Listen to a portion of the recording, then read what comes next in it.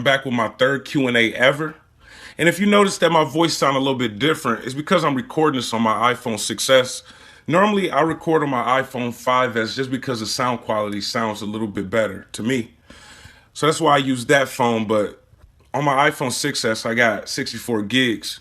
And I constantly run out of memory on my little 16 gig iPhone 5S when I'm doing these Q&As. So that's why I sound a little bit different. Now let's get to the questions. If you had a criminal record, couldn't get a job, and the only way of getting paid was shotting, street hustling, what would you do? Tell us a little bit more about your crack dealing days and how you survived. You mentioned it in a video about the guy, Celestino, who got caught with 10 bricks. Now, I was in a similar situation like that. I caught a felony, fleeing and eluding. I was driving, man. I was drinking at my uncle's house. And, I wasn't too fucked up. I was good to drive home. But, the police got behind me and they pulled me over. They tried to pull me over. I didn't want to pull over because I didn't want to get my second DUI. I was just about to get my license back. So I shot out on the motherfuckers. You know what I'm saying? I really didn't go over the speed limit. I didn't know that I was committing a felony. I just didn't pull over. And I went like about 10 blocks while I was looking for somewhere where I can jump out and run. But I didn't really know that side of town. So it was like snow and the damn cement was wet. I tried to, my drunken mind, I thought I could fake out the police and pretend to go straight and turn right. And I ended up sliding into a pole. And I jammed the driver's side door, jumped out, tried to run between two houses, but it was a tall-ass picket fence. Tried to jump over that bitch, and the motherfuckers grabbed my coat. This is Michigan, it was wintertime. Grabbed my coat and just yanked me down. And that's when I found out that I had committed a felony, so that's what my felony was for. Fleeing and eluding, and then I got out, with a felony. Felt like I wouldn't be able to get a job, not knowing that it's a lot of places that hire felons, but, I was just like, oh, nobody ain't gonna give me no job. I got a felony, I'm black, so, I did start a hustle. I started selling crack. Back then, this was like 2005. I had a good connect. I paid $70 for 3 grams of crack. I had $100. I had like 500 put up somewhere, but somebody stole it. Somebody owed me $100. I bought 3 grams of crack with the $70. Bought me like a $20 Page Plus phone that come with like 80 minutes on it, and bought me a combo at McDonald's. And then I got started. I did that shit for like 2 years, selling crack. So I did that before. I was in that situation, and that's what I did. But I wouldn't recommend doing that. I never got caught. But not everybody could be me, man. It's a lot of motherfuckers snitching. More so than it was back then. Nowadays, it's just like motherfuckers don't give a fuck. If somebody is snitching, but people got something to gain from that person, they won't even really give a fuck about that person snitching. So, if you selling crack nowadays, you got to be careful. Motherfuckers gonna snitch on you. So I wouldn't recommend doing that shit. I would recommend you can get a job with a criminal record, especially if you don't have a felony. If you don't have a felony, you don't have any violent crimes on your record, you can get a job. So I don't recommend doing that shit, man. Tell us a little more about your crack dealing days and how you survive. It's a long story, man. I just jumped out of there, man. I kind of was careful who I dealt with for the most part. In the beginning, when you're trying to get on, you kind of got to be out there more. Be out on the block, meeting people, and trying to build your customers up. But that only lasted like so long. After like 30 days, I was doing pretty good, man. At least $100 a day after 30 days, And then after a few months, I didn't really have to be out in the open like that. I just had people calling my phone, and then I just go to them, And then they kind of and what I would do, what made me successful at it, not too successful. At my peak, I was making like $1,000 a day. But I was giving people more than what they would get from the next person. That way, yeah, I would make a little less profit, but more people are gonna buy it, so I'm gonna make more in the end. And I just did it like that, man, for 2 years.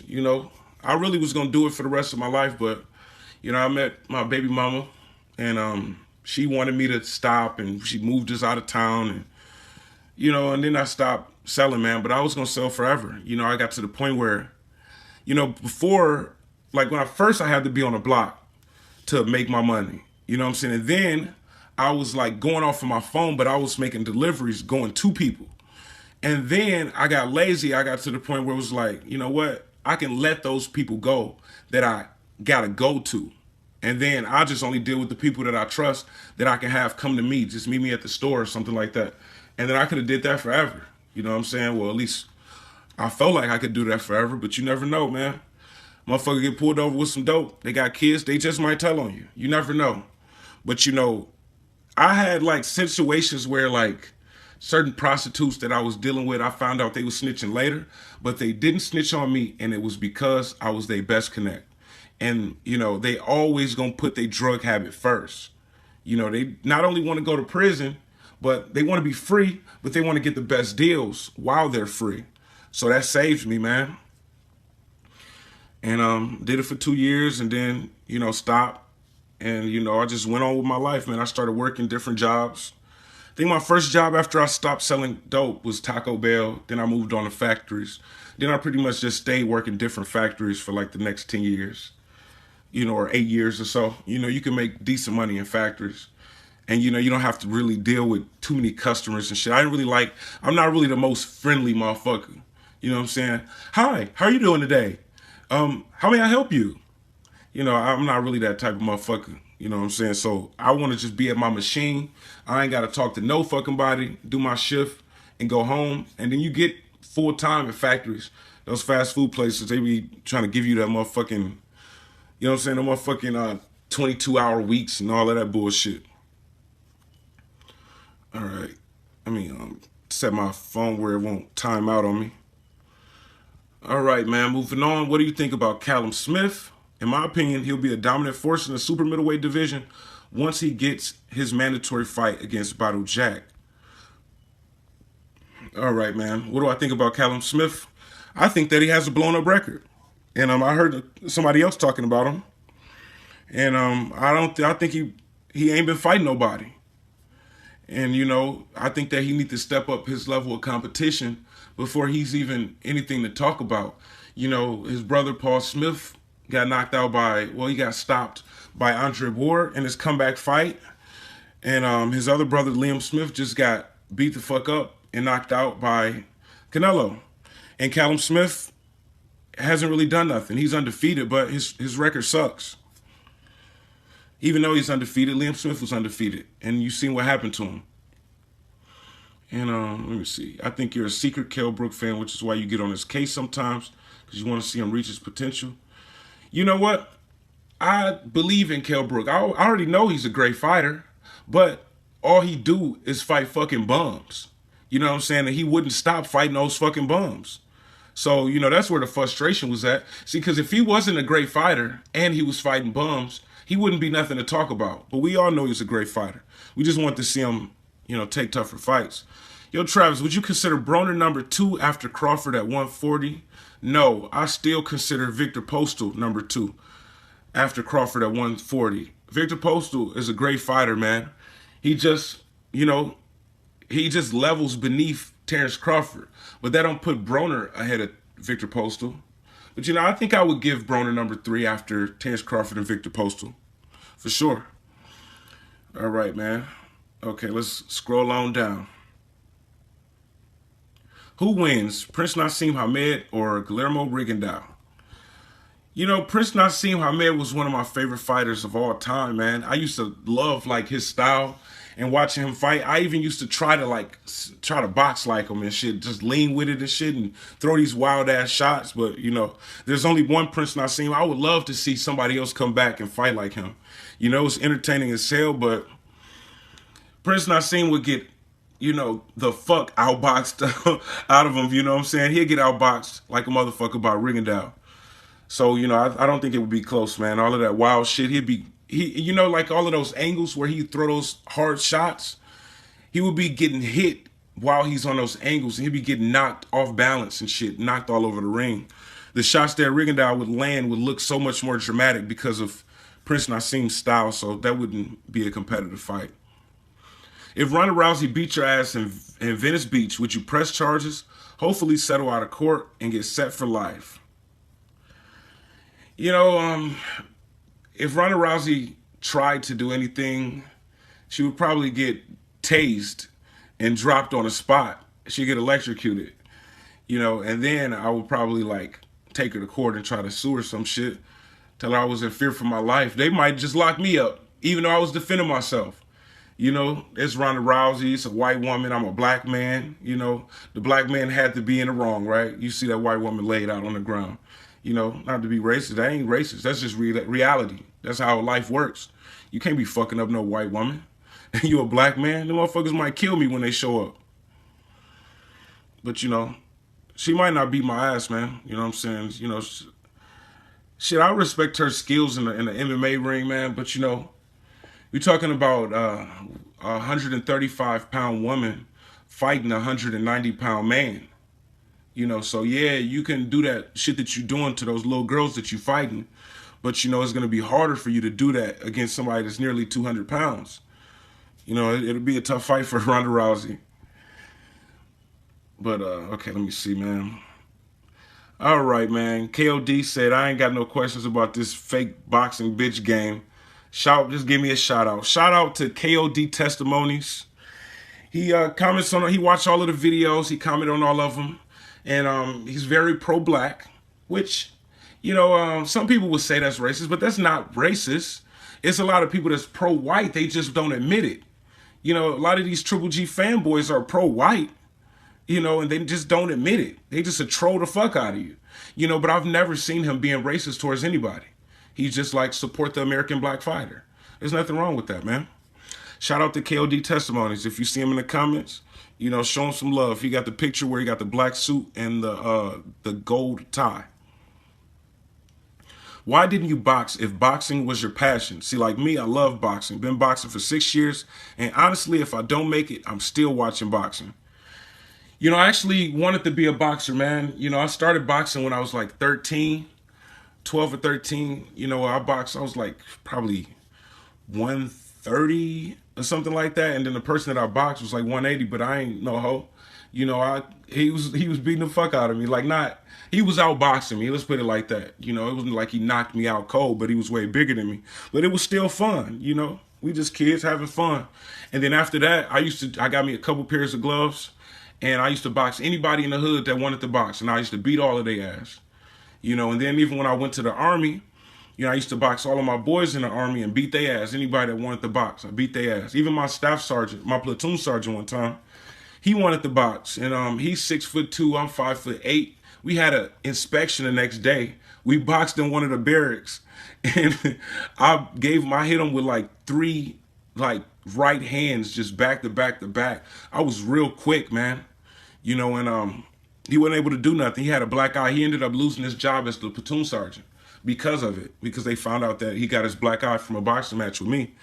And then I did like sign up for a membership at the Virginia Beach Boxing and Fitness while I was in the Army, man. But, you know, they was more so trying to train me, and I really wanted to spar. And, you know, I went in there and I sparred with a middleweight who was about to turn pro. I just went in there like, you know, give me the toughest fighter in your gym. I was like walking around at 143.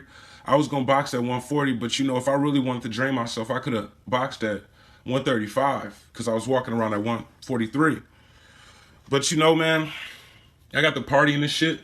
I was stationed in Virginia Beach, you know, and that place is kind of like a mini Vegas. You know, it's like a bunch of nice clubs there. I was young. And, you know, I wasn't really with that training shit because I was already working out a lot in the Army. I want to fight. You know, even though I lost that fight, it was just like, I'm not interested in this training shit. I want to box, man. And even start boxing as an amateur, but, you know, it's levels to it. I just didn't have the patience to keep up with it. And then, like, I just started, you know, partying and shit, and I gave it up. That's why. So, you know, it's my passion, man, but I just didn't stick with it. I chose to party instead. Probably could have made it a long way just by being a trash talker, especially if I would have fought all fucking bums and then talk shit and then duck fighters and then talk shit about the fighters that I'm ducking, like these pussy ass fighters do nowadays. They get rewarded for this type of behavior. I would have made it a long ass ways, talking as much shit as I do. Do you think the Charlo twins will survive J-Rock and Andrade? I see them going from Lions only to Cubs only. You know, I don't really know nothing about J-Rock. I think he just came back from a long layoff or something. And I don't know if I ever seen him fight. He might have just had a fight. I missed it, I think, or I might have caught the end of it. I think he scored a knockout or something like that, but shit, I don't know, man. I heard, like, J-Rock is pretty good. So, you know, I can only go from what I hear and because I don't really know much about that guy. But shit, he might beat him, he might not. I don't know, man. And I ain't gonna pretend to know shit that I don't know. You know what I'm saying? Shit, I don't know all of these fighters and everything about these fighters, man. I just started trying to follow like every single fighter and get to know all of these fighters when I started covering boxing. Up until that point, I just followed the fighters that I was fans of. You know, I'm not really like a fan of the Charlos. You know, I watch them fight when they fight, but, you know, that's just because I'm a boxing fan, not a Charlos fan. They really need to fight some tougher guys. You know, Jamal just fought Austin Trout, so you got to give him credit for that. He clearly pulled that off. But those guys are kind of like, they champs, but they haven't really fought many elite fighters, you know what I'm saying? And they not really well known either. But, you know, may the best man win. I just don't want to see a motherfucker duck anybody. If it's your mandatory, fight your mandatory. And, you know, I know that kind of is a contradiction. It's different cases for different fighters because Triple G was Canelo's mandatory, but Canelo's the money man. You know, so if you're trying to push a purse bid, being an interim champion where you could demand 45% that you don't deserve, well, then fuck your mandatory. But as far as those guys, they not really in a position to give up any belts.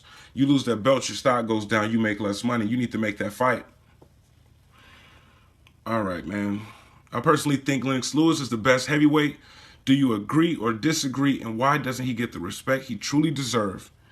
I think he don't get the respect that he deserves just because he's not American. Well, you know, he was the man back then. He got a lot of respect in his day. But, you know, as time go by, you know, Mike Tyson is in America.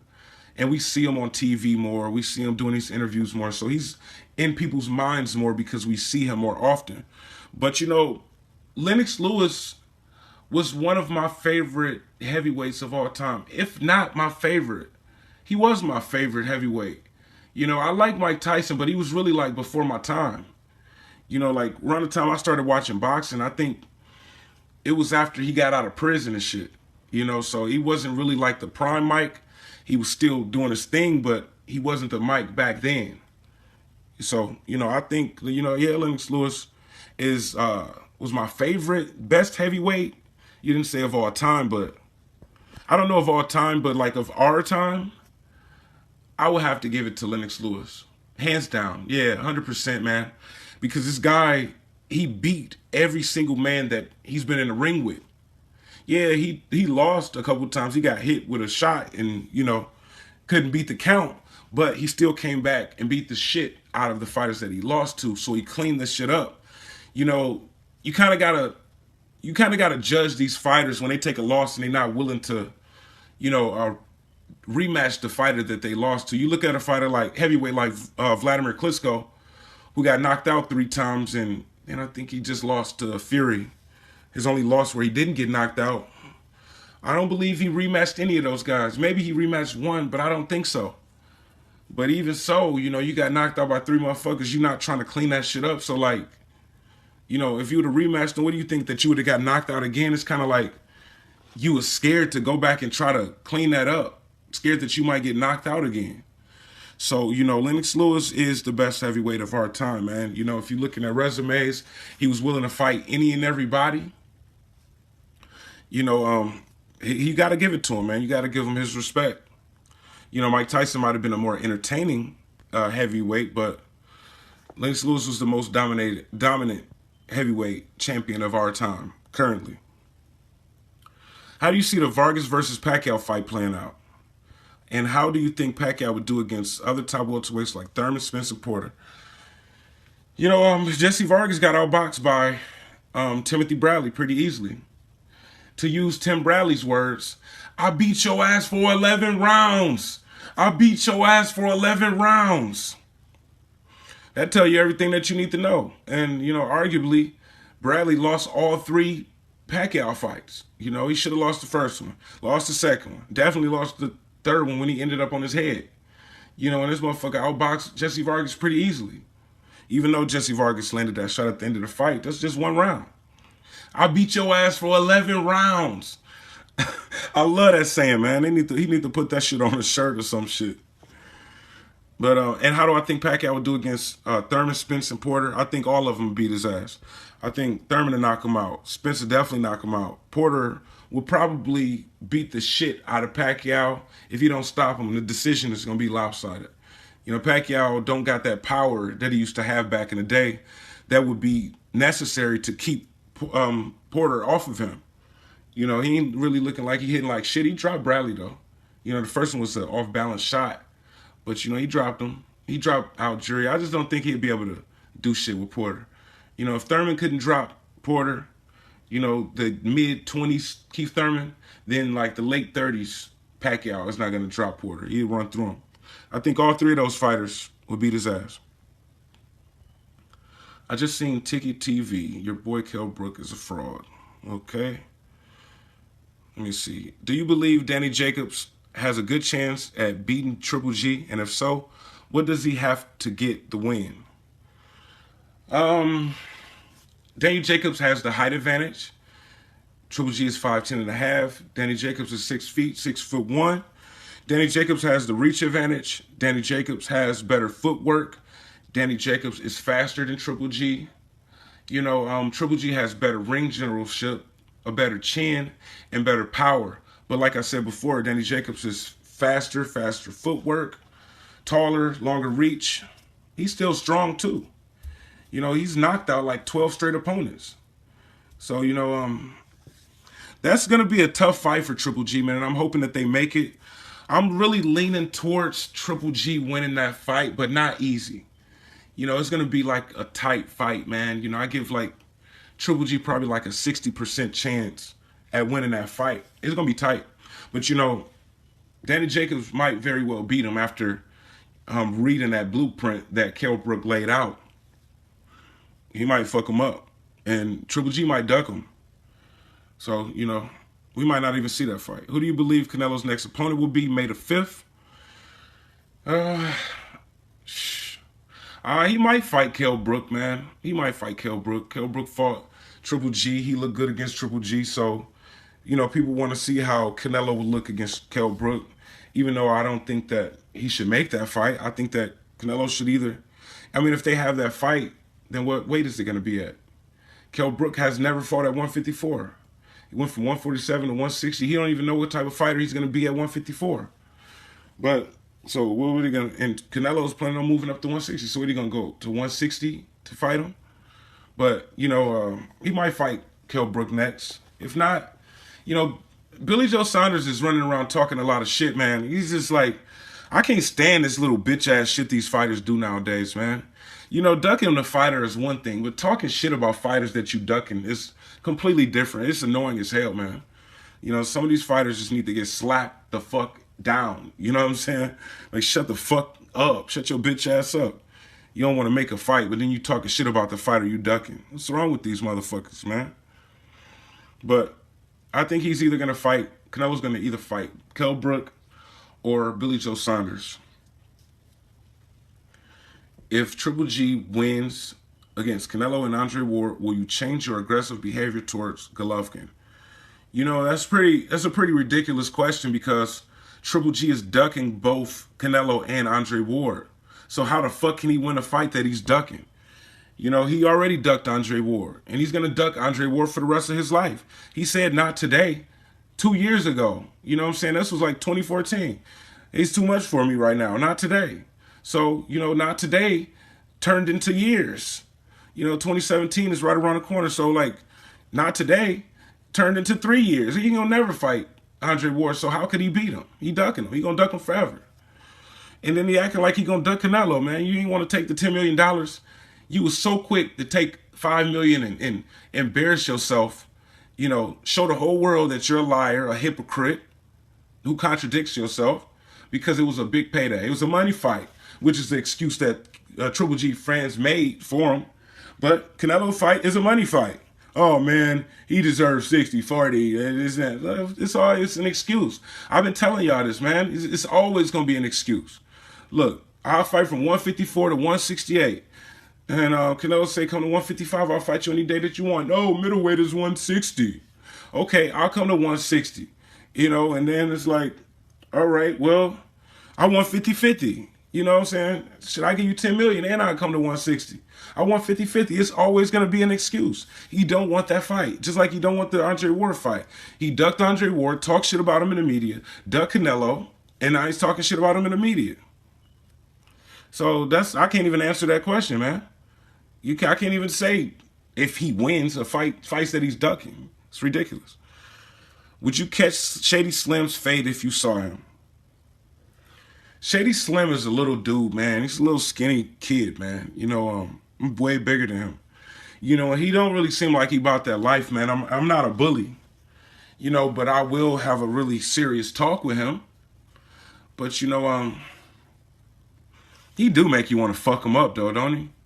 All that annoying shit, man. You know, like, it's like, it's one thing having your opinion, but it's not your opinion. You out here saying unfavorable things about black fighters, you know, to please white people. You're associating with racists. You know what I'm saying? It's like, and you lying to people. Some people said they thought you was white. You've been running around telling people that you biracial. When you black, you straight up black. It's clear in the video that I posted. You black than a motherfucker. He do make you want to body slam the fuck out of his ass and choke his ass out. You know what I'm saying? But, shit. You know, I don't think it'll come to that, man. He'd probably be shook. He'd be he already small and shit. He'd be scared, you know. I mean, I talk kind of loud and shit, too. I'm kind of, like, aggressive. So, you know, I mean, I ain't finna bully no Shady Slim, man, but he do make you want to fuck him up. Somebody might fuck him up. You know, I wouldn't fuck him up, you know. I just, like, look, man, you need to cut this shit out. But, you know, somebody else might run up, you know, while I'm talking to him and punch him in the back of his head and beat the living shit out of him. So, you know, you really need to cut the shit out, man. You know, because, you know, you misleading people from around the world, man. And then you black, and then you saying these things about black fighters, and then white people share your videos like, look, you know, look at what he said. You know, it's like, because you black, they feel like you are one of us, like black people, but you're not one of us. You're one of them. You know what I'm saying? But they, like, gonna share your shit because you black. So it's like a black person said this, so, you know, it's valid. No, but it's not. That's a coon video. So he make coon videos. You know? So do you have some issues with Strictly Boxing News channel? Have you ever spoken to him? I don't even know who the fuck that is. You know what I'm saying? He might have made a diss on me. I don't know. He might have, might not have. But, you know, I don't know who that is. Don't watch diss videos. Never heard of him. Wish him nothing but the best. If Canelo and Triple G fight and Canelo tells Triple G to wear bigger gloves, do you think he will accept? You know what? That's a very good question, man. He wore bigger gloves with the David Lemieux fight. David Lemieux and Triple G had like the same size gloves on. In that fight, he took that fight, but David Lemieux wasn't really, he's like a B-level fighter who was given a belt against Hassam Nadam. So, you know, he might not accept. It's always going to be an excuse, man. And he don't want to fight Canelo. That's all it is to it. Motherfucker offer you $10 million. You made your highest payday, $5 million against a welterweight. You don't want to take $10 million against a fucking junior middleweight who's willing to come up to your weight class where you're comfortable, double your highest payday, and you don't want to take it. He don't want that fight. So I don't think he's going to accept regardless. Especially if he can't wear his bantamweight gloves. Get a motherfucker 60-40 and tell him he needs to wear some middleweight gloves, some regular size gloves. He's going to turn it down. And then he's going to complain about the location. It can't be this place. It can't be that place.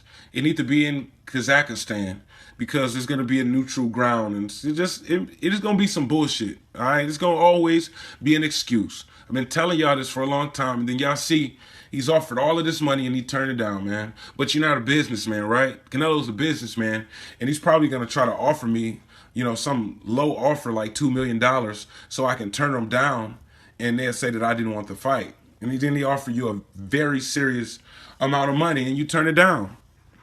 You don't want that fight. And, by the looks of the Kell Brook fight, it's obvious why he don't want that fight. All right, man. Thanks for the shout out, G Boom. You say, you remember when this channel had 500 subs. Yeah, that was a long time ago, man. That first 1,000 was hard to get, man, but then they come faster and faster, over time. As long as you stay active. Because I've been having a drought because I barely made any videos last month. I made like 10, 11 videos. But appreciate the love, bro. G-Boom. Triple G versus Jacobs. Who wins? Why is Triple G willing to fight Jacobs and not someone like Laura?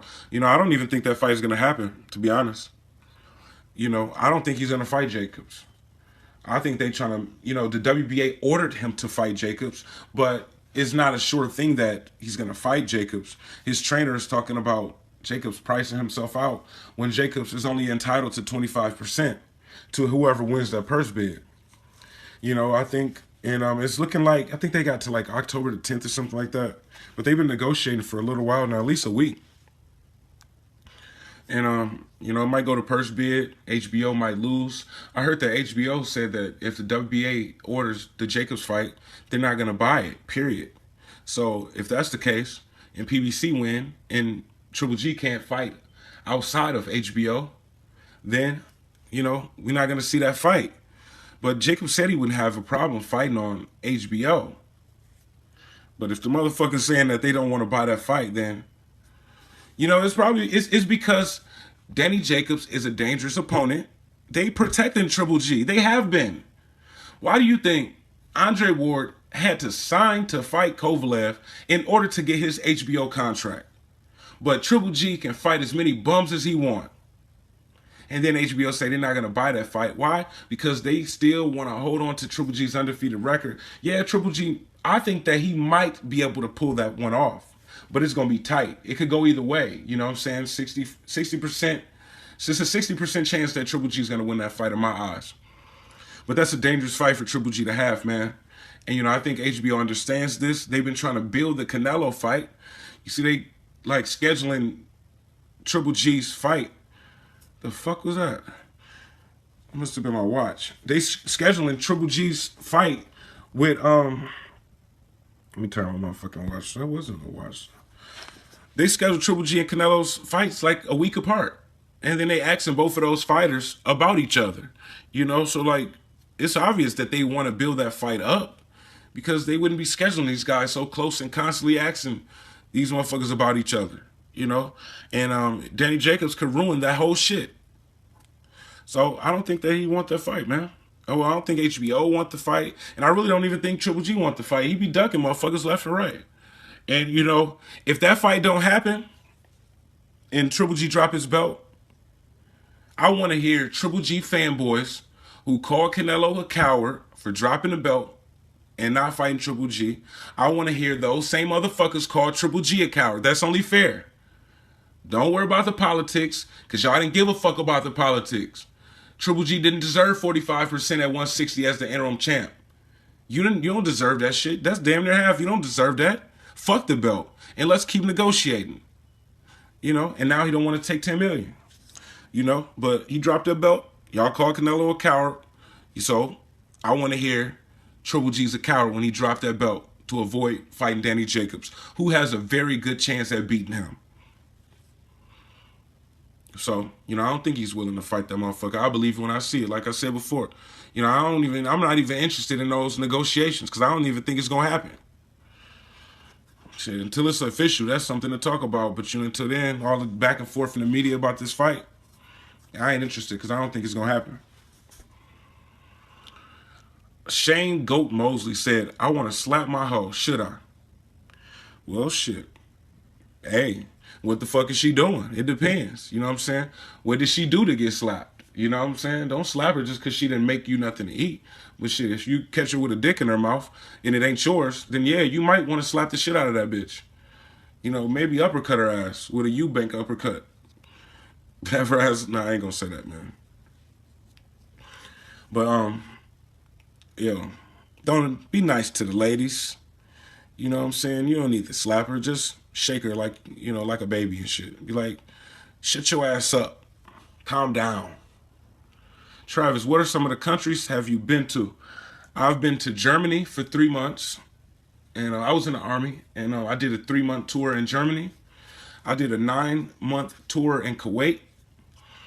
I stopped by Spain and we stayed there for a week on the way to Kuwait, which was, them women is beautiful over there, man. That shit was like, I forget where I was at in Spain, but I mean, it was a real beautiful place, man, next to a body of water.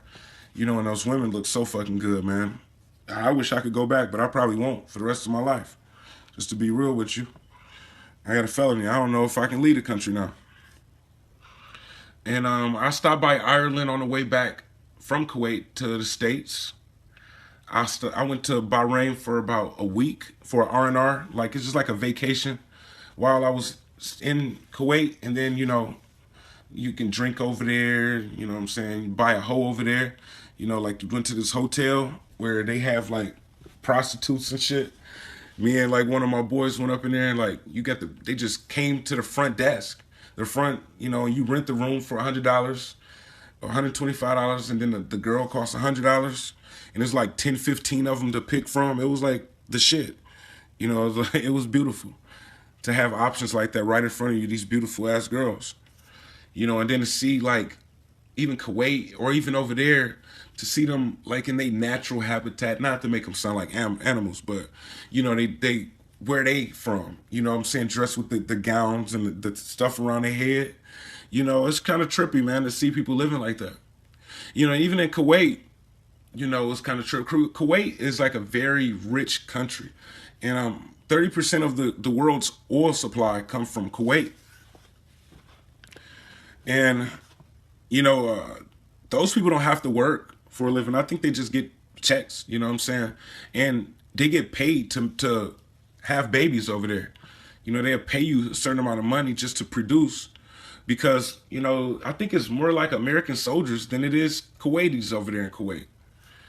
You know, maybe not now because the Iraq war didn't calm down. But, you know, that was a place, I spent 8, 9 months over there. Hot in the motherfucker, like 150 degrees in the motherfucking, in the summertime. Like, if you lay on the ground, you can, like, see fumes coming off of the ground. And, like, the bottom of my boots was melted. It was so fucking hot. Like, if you was to pour some water on the ground, that shit evaporate within like 60 seconds or less. Or if you spit on the ground, you can see it bubble and just disappear. It's hot than a motherfucker. I remember like we used to have to drink a lot of water, man. And motherfuckers was falling out. We had a tent where if you fall out, you got to go and get that big ass IV to like hydrate you. So that was motivation enough for me to drink water. I used to drink like 1.5 liter bottle, just nonstop, you know, open it and drink it until it's gone. Or until it's like a little bit left, you know? And I used to drink like 7, 8 liters of water a day. You have to, you know, in order to survive, or you will fall out. Because it's so hot, you get dizzy and shit. If you ain't hydrated, you're going to go out. And what else? And I stopped by Qatar, which is just like, it was like a pit stop from Bahrain back to Kuwait. You know, it wasn't really much, nothing. It was just stop at the airport. So it's 5 countries. Germany, Bahrain, Qatar, Spain, Ireland. Ward has an inch or two on Kovo in height, and Kovo has an inch or two in reach. Do you think Ward can get on the inside and bully Kovo, then wash him in champion rounds? Because that's how I see it. Both of those guys are 6 feet even. And I didn't check the reach before I did this video. I think one of them might have like a 1-inch reach advantage. I forgot which one, but, you know, that's not really that big of a difference. You know, I'm really like kind of on the fence of that fight. You know, I really don't know who to pick. One day, I feel like Kovalev would knock him out. And then the next day, I feel like Andre Ward will outbox him easy. So, you know, but Kovalev's confidence level doesn't really seem too impressive to me. You know, I got like one of my boys, man, from the UK. He's trying to bet me, like, I would bet him $500 American, right? For 1,000 British pounds, which is like $1,300, $1,400 American. He's willing to make that bet with me. You know, it's like, put your money where your mouth is if you feel like, you know, that Kovalev is gonna knock him out. And I don't even know if I'll make that bet. That's a really good bet. I'm still thinking about it, but Kovalev ain't acting too confident. And boxing is 90% mental. Running around here talking about, I don't know if I could beat him, but I'm willing to fight him. And then now you want to be friends with him and shit and shake his hand and say hi, knowing you don't like black people. You know, like, dude, you're not acting like your normal self. It's just like, you make me not want to pick you, period. Andre Ward's already the more talented fighter as it is. I mean, shit, even though he's coming up from a smaller weight class, but still, the way he acting, he don't act like this, you know, leading up to his fights. You going into the biggest fight of your professional career and you're not acting like yourself. So, you know, if Andre Ward call him a few bitches or some shit, ain't no telling how he gonna act. That'll be easy word. You try to go in there and fight on emotion, be popping your ass in your nose all night. Andre Moore just might do whatever the fuck he want to do to Kovalev in that fight. Shit, Kovalev didn't knock out Chilemba, did he? He might knock him down once. Didn't knock him out. And Chilemba was landing some pretty good shots, like, you know, like overhand right hands and Kovalev right wide open to it and shit. And he was dropped by that guy right before he fought Bernard. That wasn't no off-balance knockdown. That motherfucker punched him through his gloves and dropped him. And who's that? Shit, motherfucking Andre Ward's trainer was saying that Kovalev used to get dropped in the amateurs with headgear. So, you know, ain't no telling what's going to happen with that fight. It'll be some shit if Andre Ward stopped him now, wouldn't it? All right, let me get a drink of water real quick. Been talking for 45 minutes straight.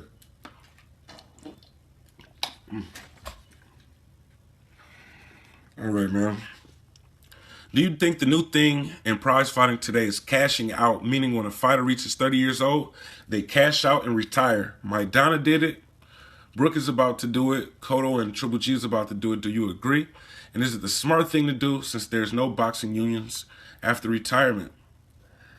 Yeah, man, that's a good question. But, you know, I think that's what these fighters is doing nowadays, man.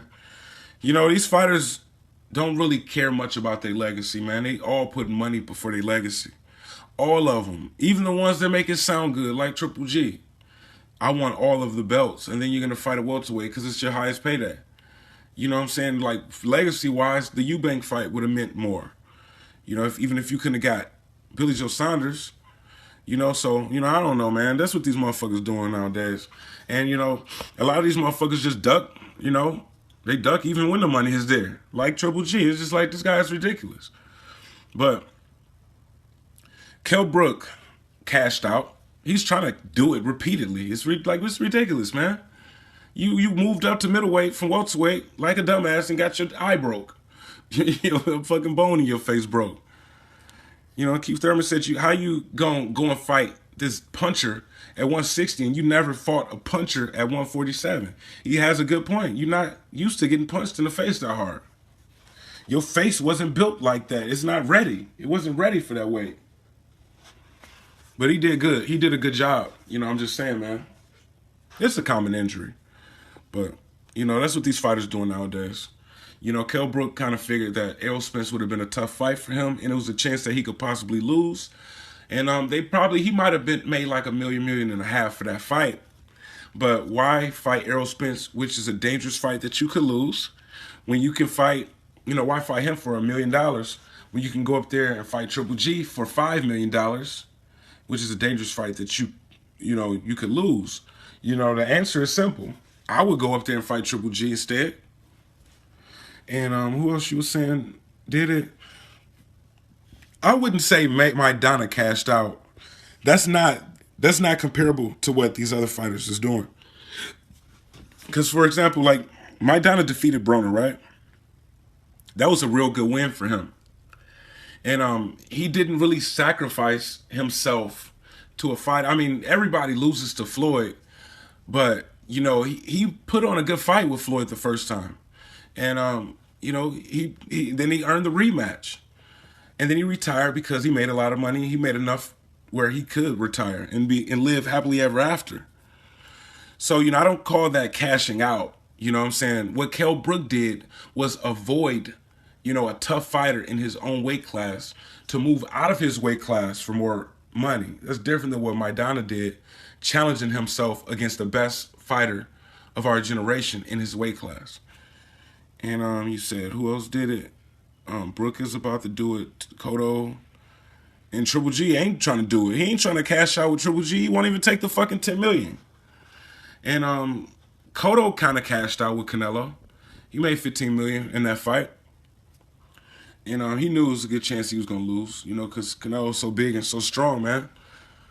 And so, you know, but Cotto, he earned the right to cash out because he gave us so many good fights over the years. He's a warrior, you know what I'm saying? He never backed down from nobody. So, you know, and he's had like a lot of great fights, man. You know what I'm saying? Entertaining fights and even great wins. Future Hall of Famer for damn sure. So, you know, that's like, but that was still a competitive fight though with Canelo. I don't call that cashing out. He demanded like a lot of the money. You know what I'm saying? If you want to call that cashing out, you know, it's just like, okay, it's the end of my career. It's time for me to get paid for all of the years that I gave to the sport of boxing. You know, it's not like really sacrificing yourself like how Brook did. But, you know, it is the smart thing to do because at the end of the day, you know, you got to live, man. You know what I'm saying? Money make the world go round. You know, but, you know, it would be nice to see. That's just me, how I think, but I'm not a boxer. If you're a boxer and you want to leave your mark on the world where people will remember you, you really should care about your legacy too. Because you can make money. If you that good, you can make money taking fights that will help your legacy, not just ridiculous money fights like Canelo Khan or Triple G Brook. That's what these motherfuckers doing. What are your thoughts on David Haye, Eubank Jr., and Lomachenko? I think David Haye is acting like a little bitch right about now. You getting ran out of arenas by Shannon Briggs, man. You motherfuckers like, why? He's running. Hey, David, come back. Why is he running? Hey, go and get him on the other side. Like, I don't know what's up with this dude, man. I guess he's supposed to be lined up for a shot at the WBA regular title after somebody else fight for it. But, you know, he should have been a man of his word and fought Shannon Briggs. You know what I'm saying? You got this man fighting on your undercard. He had to train for that fight. And then you just pull out of the shit and just, like, he confronts you and you take off running. And so, you know, I think he acting like a little bitch, man. Eubank Jr. is a good fighter. You know, I think that he would actually defeat Triple G. But, you know, Chris Eubank Jr. is kind of suspect too, though. You know, like his moves. Because this motherfucker's vacating belts left and right, man. He vacated the WBA interim title at middleweight when he had a shot at getting the Danny Jacobs fight, but he vacated that. And then now he just vacated the British title. It's like, I mean, what the fuck is your problem? Stop vacating all these fucking belts, man. You know what I mean? You might be able to still get fights because of your name, but, you know, it's nice to have a belt too. And you had them. You giving them up. Who else? Lomachenko. I don't really think much about Lomachenko. That last fight he got was pretty impressive. He got a knockout. He looked smooth in doing it. You know what I'm saying? But I think Lomachenko clearly lost to Salido. You know, whether he used dirty tactics, you know what I'm saying, or not, he clearly lost to Salido. And I think that he would clearly lose to Salido again. What is Lomachenko, like 6-1? 6-1, 7-1, maybe? I think that he's just another fighter.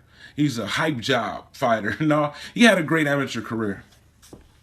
But, you know, you turned pro, man, and you took that fight where Salido was bigger than him. He blew up to, like, welterweight. I think they might have been fighting at, like, featherweight or something like that. I don't know. I don't remember. Because I didn't see that fight live. I had to go back and see that fight. I think that fight happened before I even joined YouTube, and I didn't even know who the fuck Lomachenko was. But, you know, I think he's a good little fighter, man. He act like he want to fight everybody. He's willing to challenge himself and even move up in weight to do so. So you got to give him credit for that, man. And he's looking impressive in these fights, but he do got that blemish to Salido. And you know what?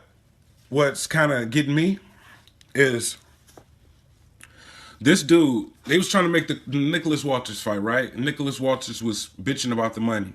Lomachenko was like, okay, look, I give you $300,000 if you win. You know what I'm saying?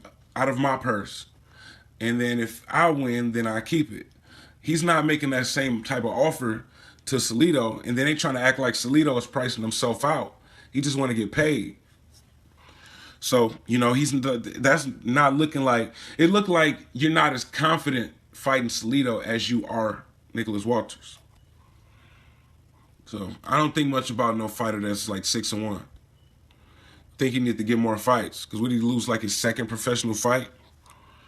He got too far ahead of himself. What's your favorite beer or wine? My favorite beer is Heineken. I don't ever drink wine. But Heineken is my favorite beer. I drink Corona when I'm at these fights, man. It's just because it's lighter on your stomach and you can drink more. You know, so that's what it is, man. Heineken is my favorite. And when I go to the fights, I drink Corona. All right, man. Let's see. Bro, you a real nigga. I'll be coming to LA in February. I'm a big boxing fan. Let's hook up. I smoke gas. And I know you got some hoes for us. Let me know, fam. Well, thanks for the love, man. I really appreciate it. But, you know, I don't really be linking up with random people on the internet. You know what I'm saying? No disrespect. I appreciate the support. But, you know, it's a lot of setup artists and shit. And, you know, if I really, like, met up with everybody that I met on the internet, you know, I would probably end up in a bad situation. You can't trust everybody. Not saying that you a certain way, but somebody else could be. Like if I was to just start, you know, doing that type of shit. So, I don't believe we're gonna be linking up anytime soon. But thanks for the love, man. Yo, Travis Gambino, what game did you change? Oh, the one in your Xbox One is about the only game you changed, player. Well, you got that wrong. You know, first of all, David Mice, you're a hater, right? You sound like a hater. You know, I did a video, you know, saying that you can ask me whatever you want. You know, I showed a little clip of me at the forum at the Chocolatito fight. I talked shit about the haters in that video, and then you put a hating comment in the video. And let me tell you something. All you haters, you racists, maybe even coons, I used you motherfuckers to help build my channel.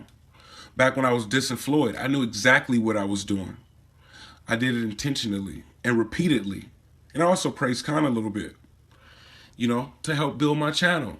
And then I got to a point, well, when Floyd retired, then I came out and said, hey, he's the best fighter of our generation. He's always been my favorite fighter. I was just talking shit about him for views, you know what I'm saying? And it's kind of fun talking shit about Floyd because it gives you so much to work with. But, you know, I played you motherfuckers, man.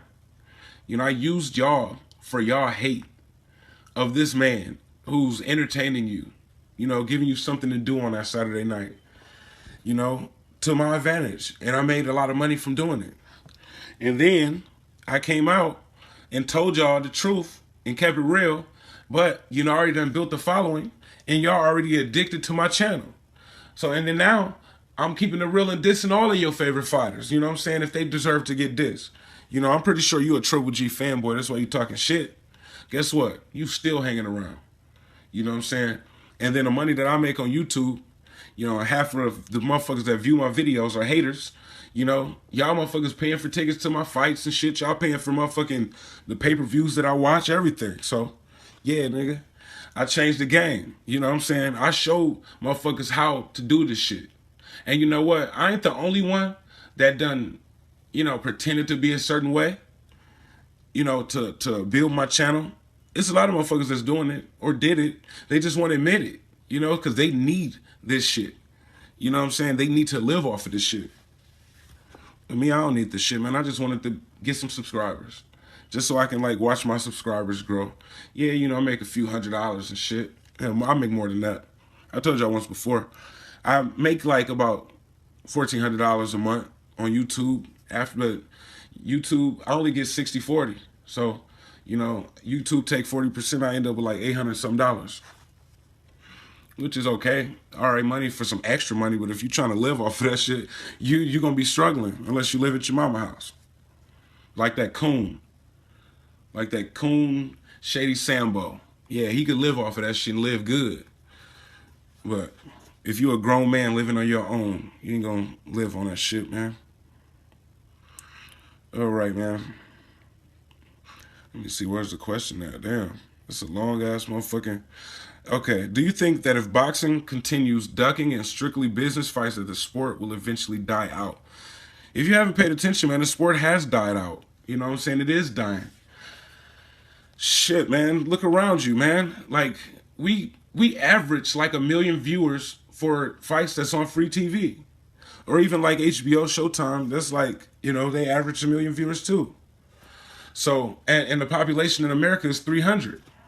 So it's obvious. It's obvious that, you know, the sport is dying a little bit. There's still stars in the sport of boxing. It's still money to make in the sport of boxing, but a part of it is the UFC. You see, like, boxing is really big over there in the UK, right? You know, and it's really because, like, the UFC is mainly over here. So boxing is all they got. You know, we got UFC fights all over the place over here. But I don't know if they make those UFC pay-per-views available in the UK. Maybe they do, maybe they don't. But the time difference, when the fight actually happens, you know, y'all motherfuckers be asleep because the UK is like 8 hours ahead or something. So, you know, y'all wake up and find it on YouTube. But, yeah, man, the sport is dying out, man. And do you think but this boxing will never die. And I think that it's a little bit slow right now because Floyd Mayweather retired, and he's really like the only star that we had that could sell a lot of pay-per-views. Manny Pacquiao's on his way out, so he's not really selling much. But yeah, the sport has slowed down big time, man. And I think that we need like an American heavyweight champion that's unified and universally recognized as the heavyweight champion. But we also need other heavyweights, maybe preferably American, that are great fighters that could give him a good fight. We need rivalries and shit. You know, like when I talk to people that don't really follow, they're not hardcore boxing fans like us, you know, they ask me about the heavyweights. You know, who's the heavyweight champion right now? Do we have a heavyweight champion? You know, they don't care about these little bitty weight classes. Like, they know Floyd, you know, he's popular and shit. But, you know, we need that heavyweight division to come back, man. And I think if Deontay Wilder end up with getting all those belts, man, shit, we just might see Deontay Wilder becoming a pay-per-view attraction. He already entertaining as hell. He getting knockouts every single time. And he's outspoken, loud. He become he get all of them belts, or at least a couple of them. Shit, he just might start being a pay-per-view fighter. They start promoting him more. And do you think things would improve if we had an overall regulatory body that could map out and make it a standardization across boxing as to who fights who and when? It'll never happen, so there's really no point of like trying to speculate. There's gonna always be like these forced sanctioning bodies. If not, another sanctioning body will pop up out of nowhere. Shit, WBF or some shit like that. WBZ or IBA, or that might be already there. See what I'm saying? It's just like, it'd be nice if it was only one sanctioning body that you go through, but it's always going to be a bunch of them. Too much money for these fighters to... It benefits the fighters too. It benefits the promoters, the fighters, the promoters, because they making money off of the fighters, and the sanctioning bodies. Everybody win because you can run around and say that you're a champion because you have one of all of these belts, and now you can sell your fights as championship fights. So, you know, maybe they should leave it the way that it is for these fighters to be able to make big paydays, you know what I'm saying, with just one title. Really, they got 5 titles in every weight class if you include the WBA regular title. All right, moving on. Travis Gotti, you heard Triple G just rejected the 10 mil plus pay-per-view revenue, plus pay-per-view upside from Golden Boy. What do you feel about that? Excuse me. It's late as hell, man. 12:30 at night right now in Cali time.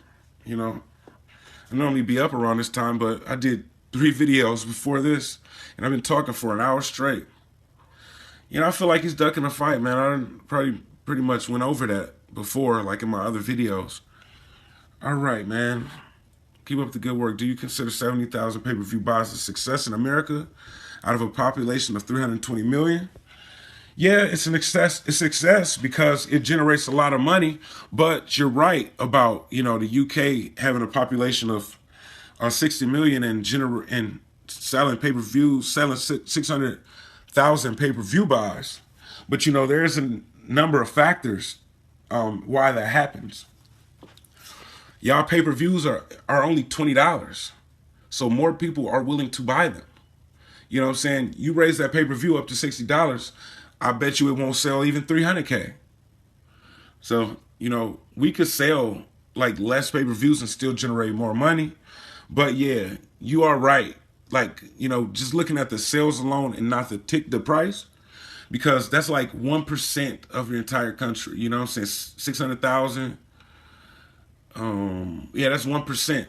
Now, if 1% of the 300 million people that's in America buy pay-per-views, that would be 3 million pay-per-view buys. So, yeah, y'all doing y'all thing over there, but y'all pay-per-views are extremely cheap. So more people will be willing to buy them. Holler at me when y'all pay-per-views is $60, $70. Here's Lady Laura won by points. It was a clear win, but judges gave victory to Canelo. Do you think that there should be a rematch? No.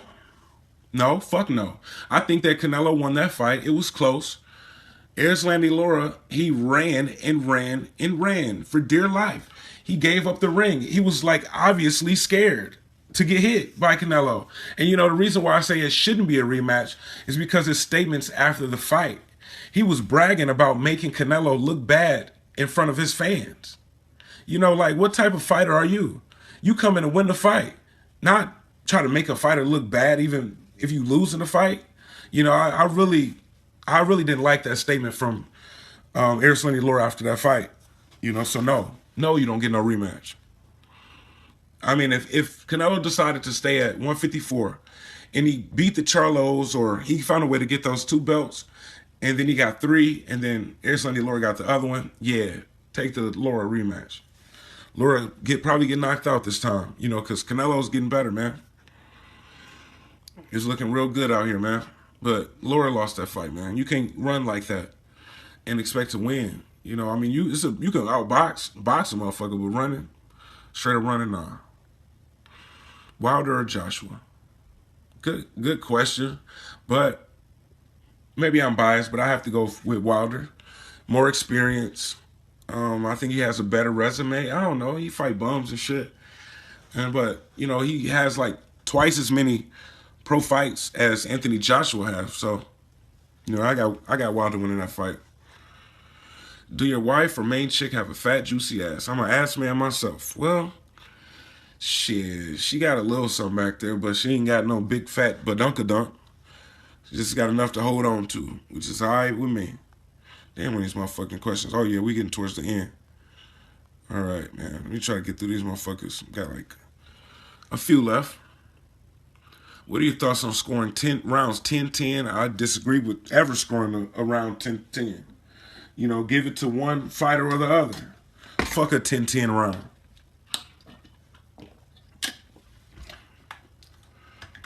All right, man. Unless a fighter is knocked down, but then they get up and then win that round, then, they should score it a 10-10 round in a 10-point must system. Otherwise, if nobody hit the ground, I think that's the only situation. If a fighter go down and he get up and he clearly win that round. A lot of times they do 9-9. Who are the biggest cherry pickers in boxing right now? Before I would have said, a year is a long time in boxing, man. A lot of shit could happen. But before I would have said Deontay Wilder, Triple G, and Kell Brook. But Deontay Wilder was all for taking the Povetkin fight, being willing to go over there to Russia to do it, and had no fear. And, it was his opponent who had home court advantage, referee, judge, crowd, every fucking thing. He still tried to cheat. So, I'm not going to include Deontay Wilder on that list no more. because he was robbed of his career defining moment. And he was like, the fight was like right around the corner, like a week away. Triple G is still ducking and cherry picking. So, you know, I would say that he's the biggest cherry picker in the sport right now. And Kell Brook, yeah, he's still fucking ducking and shit.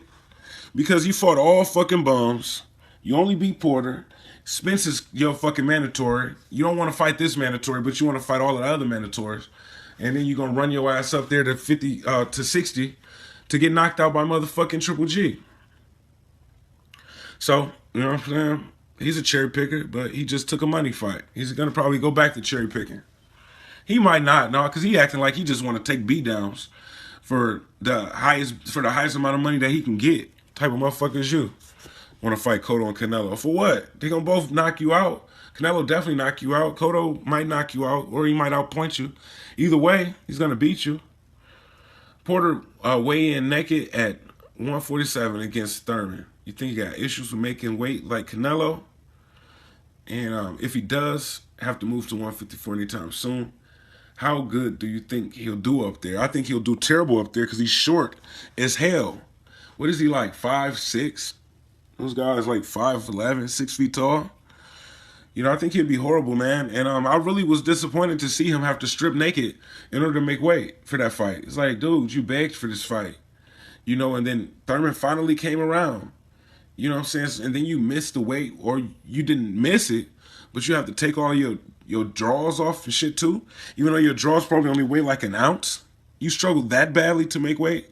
So, you know, I don't know, man. I think he wouldn't do great at 154, so whatever he doing, he needs to stop packing on muscle or whatever the fuck. Shit, because he ain't going to do too well up there at all. Let me see. Why don't you join a boxing gym in L.A.? You probably don't even lift, do you? No, I don't lift, and I'm not interested in boxing.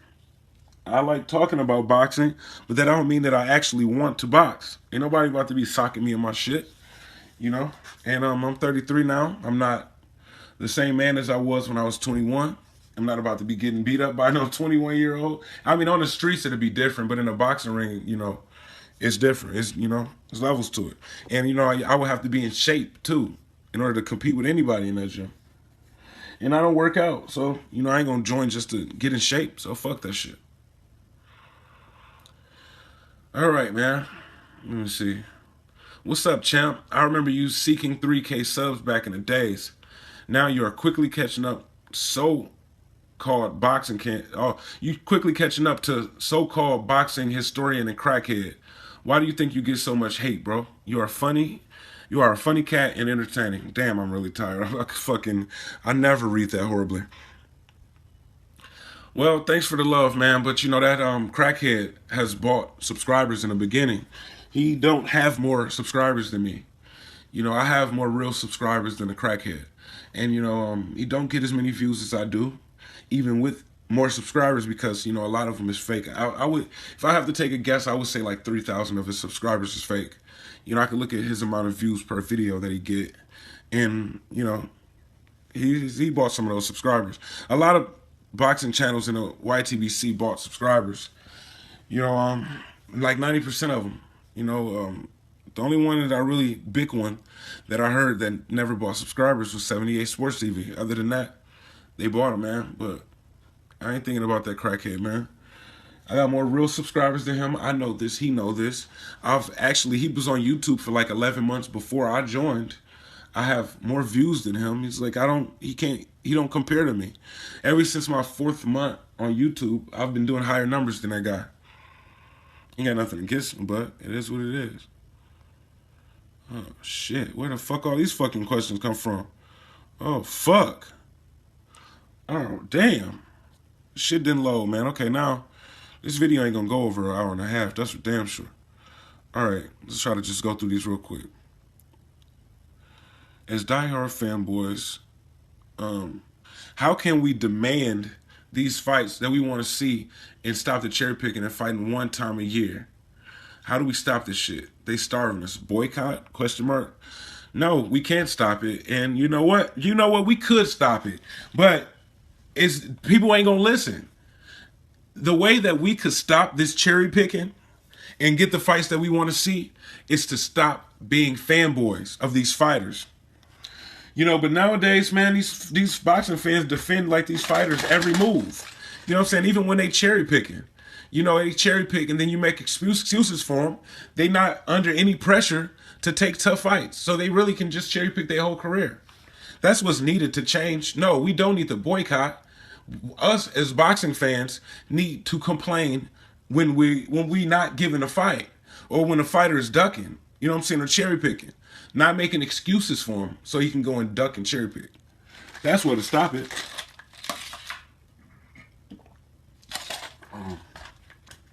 All right. Somebody else asked me, would you run up on Shady Sambo if you ever saw him? I'm out of water. I think I got some Kool-Aid over here. Thirsty than a motherfucker, man. And I told y'all earlier that I wouldn't run up on Shady Sambo if I saw him because I'm not a bully. But, you know, I would wish he would stop doing what he's doing. Oh, shit. I'm thirsty than a motherfucker, but I ain't trying to go out there. My daughter's probably asleep.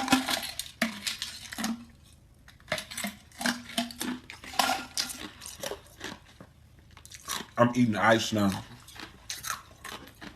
Just to keep going. So I can finish this video. Oh, shit. You know, that motherfucking ice would be freezing the fuck out of your teeth. No, I wouldn't run up on that dude, man. Yeah, I mean, I wouldn't touch him, but I would definitely confront him and let him know to stop doing this shit. Travis, skinny girls or fat girls? If you had to pick one of them, skinny girls. Thick. Not fat girls. No, never. Not fat girls. Skinny girls with hips, thighs, and ass. By 2018, do you think Mr. Not Today will still be undefeated? No, he's not. Unless he just keep ducking, man. You know, like, I really believe that he's going to duck Danny Jacobs, you know what I'm saying, and drop his belt after acting like he wanted to get all of the belts. You know, if he keeps this shit up, then yeah, he might be undefeated. And then he turning down $10 million for, I mean, it's ridiculous, man. He just might if he keep ducking. But, you know, if he start taking some tough fights, then, you know, then he won't make it. But by 2018, nah, definitely. Hell no. He's not going to retire undefeated. He said he only got like 2 or 3 years left in boxing. So 2018 is 2 years from now. He's not going to retire undefeated. I think he's going to lose within the next 12 months, for sure. You know, he just might lose the Danny Jacobs fight. And if he take the Canelo fight, I think that Canelo will beat him. You know, he might beat Danny Jacobs. But, you know, I believe Andre Ward, James DeGale, Chris Eubank Jr., and Canelo would all beat him. And maybe Danny Jacobs, maybe. But, you know, he's ducking all of those fighters because he know better. Who will win, Terrence Crawford or Errol Spence Jr.? I guess I would have to say, I hate questions like this, man. They in 2 different weight classes. Like, I remember when, you know, it was like one of their last fights. I think Errol Spence's last fight. And people kept bringing that up. I mean, like, Terrence Crawford is a junior welterweight right now. So, like, there's no way for us to like, we can't just say who could win. I mean, like, yeah, I would pick Errol Spence just because he's a bigger fighter, regardless of skill. Weight classes matter. Weight matters. And if it didn't, then they wouldn't even have these weight classes. Shit.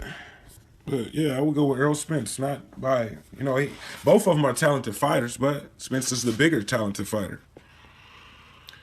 All right, man. When I come to LA, me and you should meet up and gate crash a KKK meeting.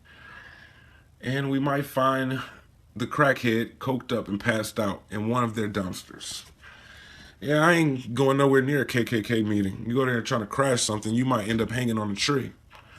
And I believe you're white. You trying to take a black man to a KKK meeting? Is this a setup? I might have to watch you from now on. The fuck wrong with you? But shout out to Phantom. You know, we talk a lot on Twitter, you know, and I think I might have motivated him to get started on YouTube. So, you know, thanks for the love, man. But, you know, I'm not coming anywhere near a fucking KKK meeting. All right. Check the PPAP song out and tell me what you think about it. I will check it out after this video. What's up with your newfound motivation on the channel, man? You know what? I did go inactive for a long time, a very long time, man. You know, like, well, last month I only made like 10, 11 videos. It's because the bum fighting was coming to an end. You know, the cherry picking. You know, I came back like, you know, right around the time when, yeah, it was something to talk about because, yeah, these motherfuckers cherry picking, but they are also big name fighters. So I came back to talk about their fight, but I wasn't really too interested in talking about the build-up to their fight or anybody else's fight because it wasn't even really nothing going on in the month of August. But that's why, man. You know, the cherry picks is over with now. Canelo beat the hell out of fucking Liam Smith, and Triple G broke Kell Brook's eye socket, although I believe he was exposed en route to doing that. So, you know, that's why, man, you know, these cherry picks coming to an end. All right, man. Do you think little G Bumlufkin is inferior? Yeah, inferior to who, though? What? Yeah, I think he is, man, because he's ducking numerous fighters. Damn, he's ducking all these motherfuckers, man. It's just, like, out of hand. I can't stand it, man. Talk shit. You talk shit, and then you duck, and then you talk shit about the people you ducking. How does all of this going to events for free as media work? It's a website that you go to apply. To do that, I don't really know the website off the top of my head because, you know, I never really planned on using it. But, you know, ask around, man. You know, like maybe, I think I got you on like on my social media, man. Just like inbox me on Facebook. I think I got you on there.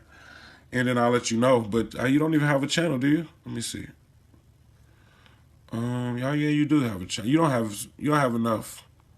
Dude, you got like 3 videos in the last month. You know what I'm saying? They're gonna look at your subscribers, they're gonna look at your total views, and then they're gonna look at your activity before they make a decision. But yeah, man, you just show them that, hey, you know, I got a YouTube channel that gets thousands of views and all of this, and you know, I got this many subscribers, and then they give you a media pass. Have you ever thought of fighting, like taking up boxing, maybe take part in some amateur fights? See, I thought about it when I was younger, but I'm not interested now. I'm older than a motherfucker. I'm 33 years old, so no, I ain't getting back in there. What's up with Hillary having cancer? I'm trying to get through these motherfuckers now. Shit, this shit is like ridiculous. Yeah, it's like, fuck this shit. What's up with Hillary having cancer? I could read the news, but I'm lazy. I think she's going to lose against Donald Trump because she's been hiding all of these illnesses. You know, I think that was the nail in the coffin right there. You know, and I don't even think she's healthy enough. Like, she's not. Look, man, I think that John McCain had lost that election. I forgot who he ran against. Maybe Obama. Because he looked like he wasn't healthy, even though he was. And, you know, but Barack was a slick talker and all of that shit. I really don't remember who ran against that motherfucker, but now I'm, you know, kind of babbling. I'm really trying to get through these, but you know, I think she's gonna lose, man. She's too sick. She might not even survive her first presidency. She's deleting emails that could have sent her to prison. You know, you lying about, you hiding that you got cancer, and I'm hearing fucking Parkinson's, and you coughing up green balls. Like, nobody's gonna vote for you. Yeah, some people might still vote for her, but she might die in her first term. Like, she seemed like she on her way out. So I ain't voting for her. I might not vote for nobody, man. I want to vote for Donald Trump, but shit, I don't want to vote for this chick either. Shit, what the fuck is going on, man? Like, you know, hiding something is basically the same thing as lying. You know what I'm saying? You're still, like, being deceitful. All right, man. What is your opinion of fighters using PEDs? I think that all fighters should be given the same PEDs to make it an even playing field, so it'll make for more entertaining fights. You know what I'm saying? It'll shorten their lifespan, but hey, y'all want to take drugs? Give us some entertaining fights. No decisions. It's got to be a knockout.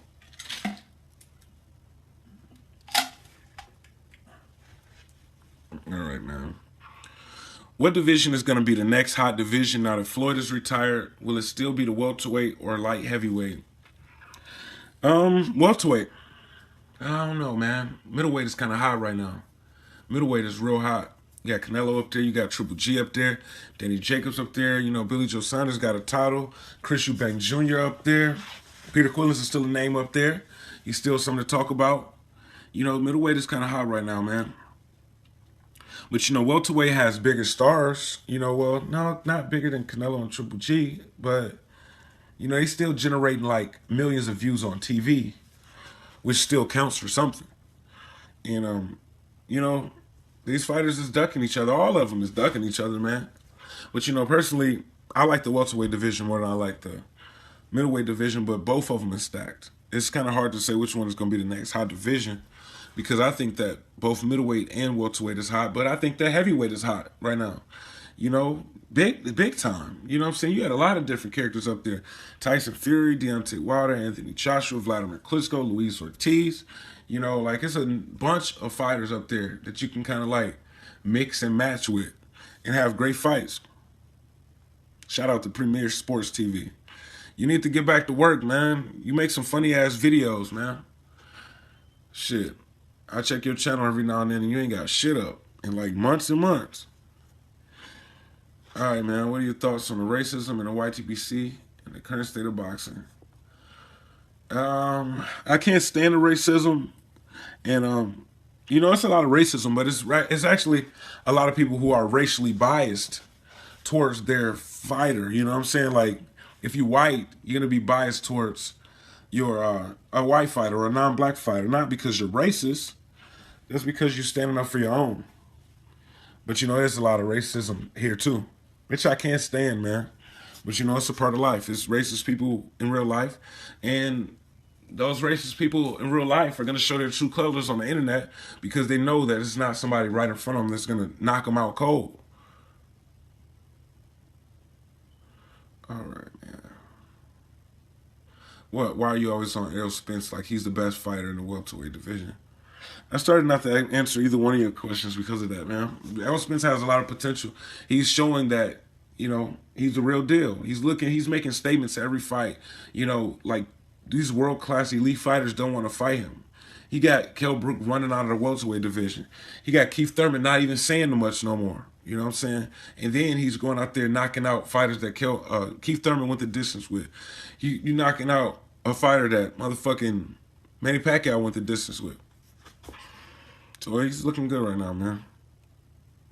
All right. Oh, I'm almost at the end. Have you seen Painted Full? Yeah, I've seen about 20, 30 times. Do you think Dante boxing is biased? You know what? Actually, I don't, man. And I used to think that he was biased until this. James DeGale's last fight against Porky Medina. James DeGale was getting like bullied around the ring even though he was landing the cleaner shots. And after that fight, Dante said that he believes Triple G could beat James DeGale based on that performance. So, you know, no, I don't think he's biased. Not now. Who came first, God or the universe? God. You want to talk about big bangs and all of this shit. You know, what made it Big Bang? What came before the Big Bang? You know, something cannot come from nothing. There had to be something before it. You know what I'm saying? If you got nothing, all you can produce is nothing. It was God. All right, man. I think I made it to the last question. Good, because I'm tired of the motherfucker. All right. That's what's up, Travis. Fuck a hater. I stay traveling. I stay doing the big. I'm looking for the question. Well, thanks for the love, Francisco Garcia. Shit, man.